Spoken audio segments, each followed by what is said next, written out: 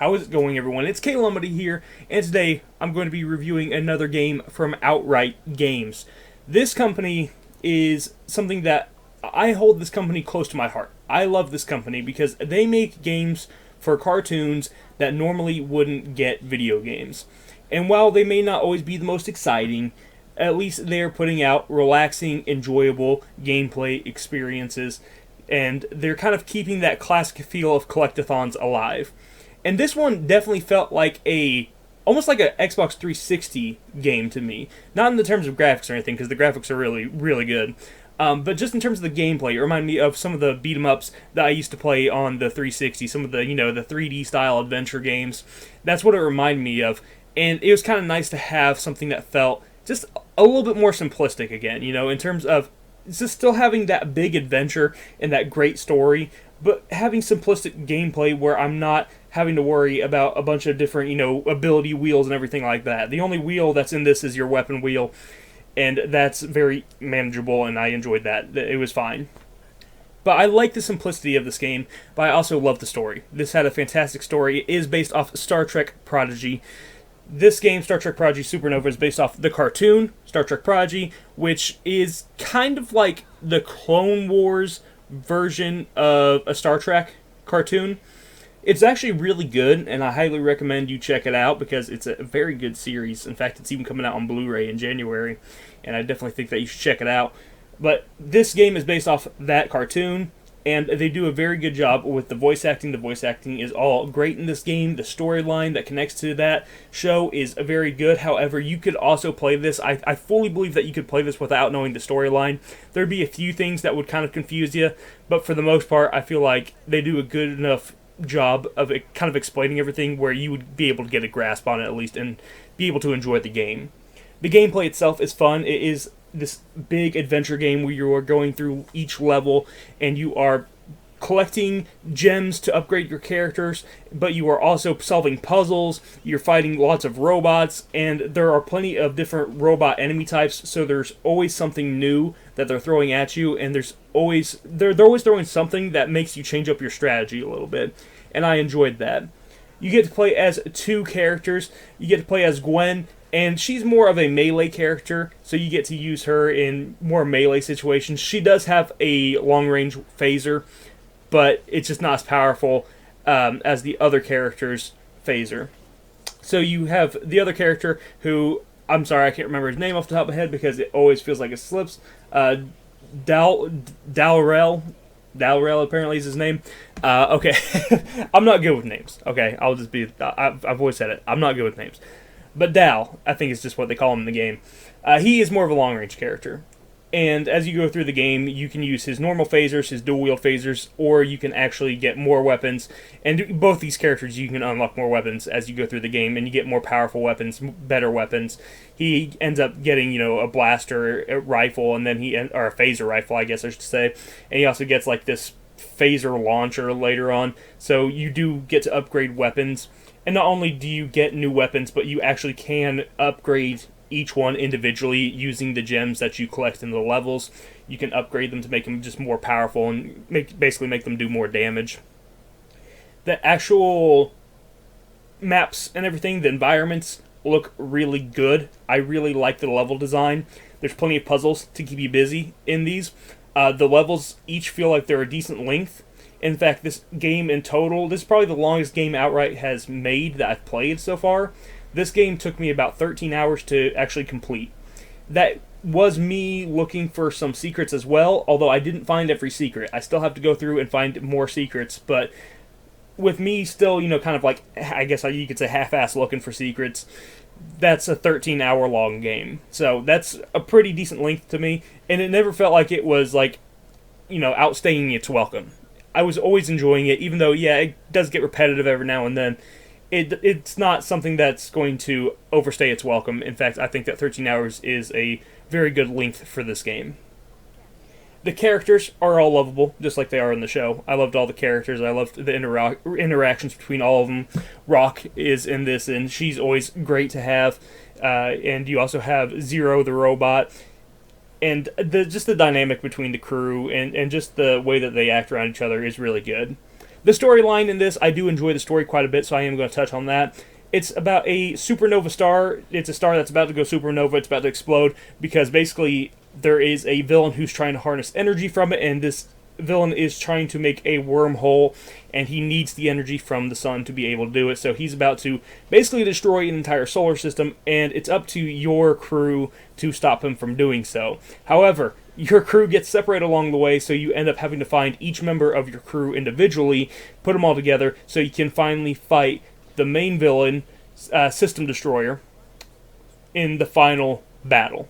So it's a fun game. It's a good concept, and it just felt like it's going to be one of the stories that sticks with me for a long time, because there are some twists and turns in there, especially with Gwen and her whole story. And I'm not going to get into the spoilers because it would be a long discussion and it's hard to describe everything that happens to her. But I really like the direction that they took this story. I feel like there were some references made to some other Star Trek lore that, again, I'm not going to get into too heavy because, just so your average person doesn't get confused about it. But for those who are Star Trek fans, I think there's some references to the Mirrorverse, which is interesting. Again, I'm not going to go too deep into it. Play it for yourself, figure it out. But it's pretty neat. What's there is pretty neat, and it definitely is making an interesting jumping off point for Season 2 when that comes out. So yeah, I really enjoyed this game. I thought it was a ton of fun. I love the gameplay. I love the combat. I love the characters. I love the story. Graphically, it looks great. All of the environments look really nice. It started off in a sand planet. You start off on a sand planet, and usually I'm not a big fan of whenever they start you off in like a really colorless environment. Like whenever they throw you in a sand environment or a snow environment, usually it's kind of hit or miss for me because it's not the best way to show off your game graphically to throw you in such a colorless area. However, it still looked pretty good because there was enough stuff going around there. There's enough like machinery and stuff to make it so it still looked pretty good. Even in the snow levels later on, there was enough machinery and enough color to still make the game look pretty vibrant and still pop quite a bit. The only problems that I would say that this game has would be some AI problems, because sometimes when you're running around as Gwen, I've noticed that if you use Gwen and you have Dal being controlled by the AI, because both these characters are running around at the same time, I've noticed that sometimes Dal doesn't actually attack things. He'll kind of just stand around in combat and not do anything.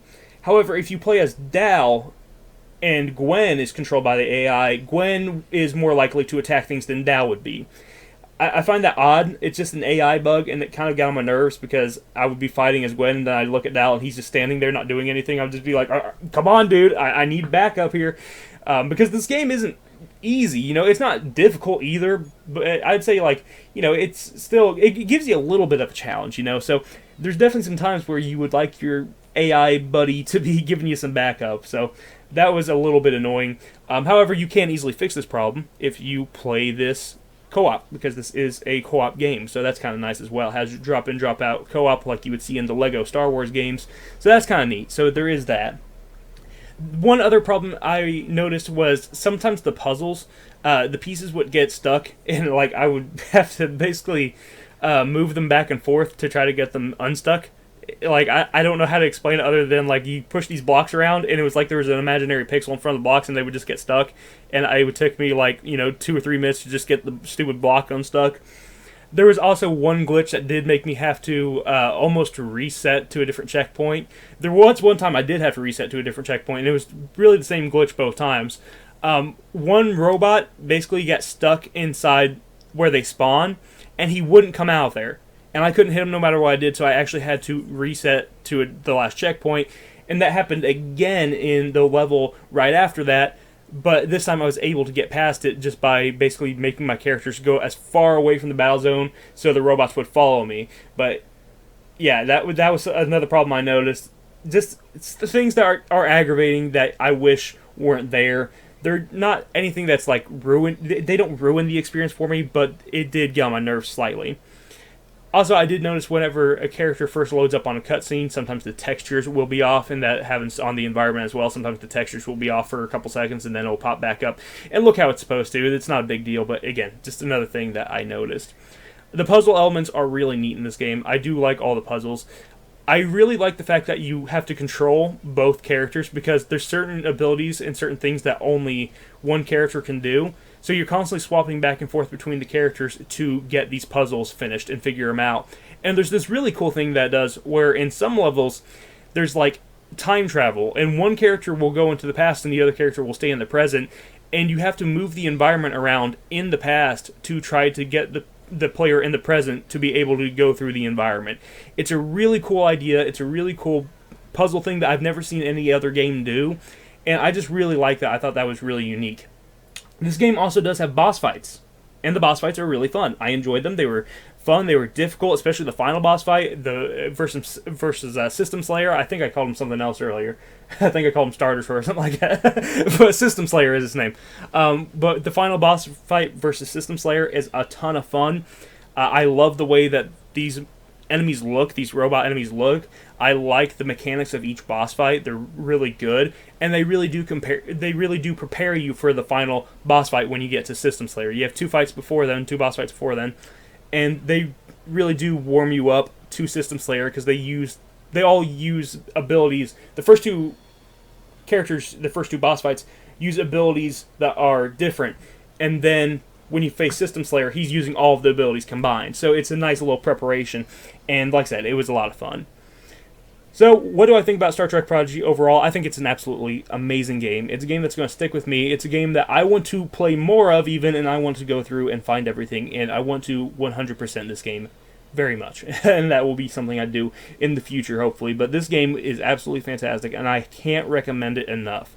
Even though, yes, it has a few bugs and a few problems, it is so much fun, and in my opinion, this is the best Star Trek game that I have played so far. I absolutely loved it, and I highly recommend you check it out. Even if you're not a Star Trek fan, give it a shot, because it is really good, and I think that you will still enjoy the gameplay. Overall, I'm going to give this game a score. I'm going to give it an 8 out of 10, because I think it is that good. And I hope that you check it out as well. I would give it a little bit higher, but like I said, the bugs, I'll keep it at an 8 out of 10 for the bugs, because, they are there. But I think if you fix the bugs, this could easily be a 9 out of 10, no problem. But yeah, that's good where I'm going to leave this video. I hope you check out Star Trek Prodigy Supernova. It's a lot of fun, and I hope that you check out the actual Star Trek Prodigy series as well, because the series is really good. Thank you guys for watching. I'll talk to you in the next video. You have a fantastic day.